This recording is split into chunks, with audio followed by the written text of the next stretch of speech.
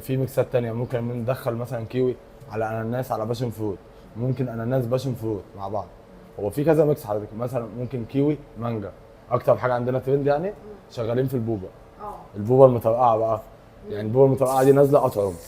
كان في حاجه اسمها قديمه اسمها البوبا، بس البوبا العاديه دي بقى بتخش في اي ملك او اي عصير او اي حاجه، بتاخد نفس الطعم الحاجه اللي محطوطه فيها. ده ايه؟ ده معنى ده ايه؟ ده ميكس صودا بلو بيري. قول لي ده حاجه خفيفه كده. امتى بدأتوا المشروع وازاي طورتوه؟ بدأناه من 5 سنين، عربية صغيرة كنا بنقول بس شاي وقهوة وكوفي ميكس وكابتشينو، ما كانش عندنا أي فكرة أصلا غير عن قهوة بس. وبعد كده واحدة واحدة حبينا إن احنا نطور ونخش في مجال العصاير وجميع المشاريب كلها. في حضرتك مثلا ممكن حاجه زي كده، بس البلو بيري ده في حاجه اسمها ميكس بيري، يعني بيتضاف عليه روز بيري اللي هو التوت الاحمر ومعاه الفراوله.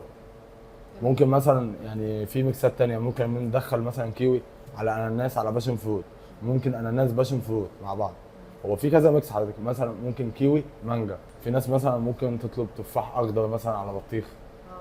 يعني في ميكسات غريبه جدا، بس يعني المشاريب دي بتبقى اذواق يعني. ولكن بيكون على طيب ايه اكترها طلب؟ اكترها طلب اكتر الميكسات اللي انت ميكسات ميكس جربتها؟ الميز اللي قلت لك عليه ده، الكيوي الاناناس الباشن فروت، واحنا اللي عاملينه هنا يعني. بس هي بتبقى بمقادير معينه يعني. ده بعمل ميلك تشيك، ده ميكس بيبي. ده ميكس بين. ده ميكس بيبي.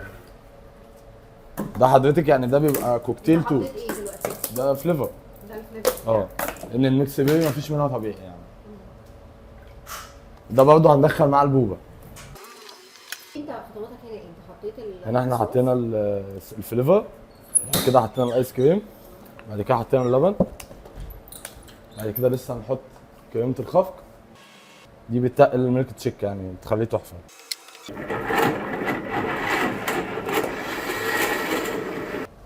بس حضرتك دي بقى، دي البوبا. دي بوبا مطرقعه، ده الترند بقى.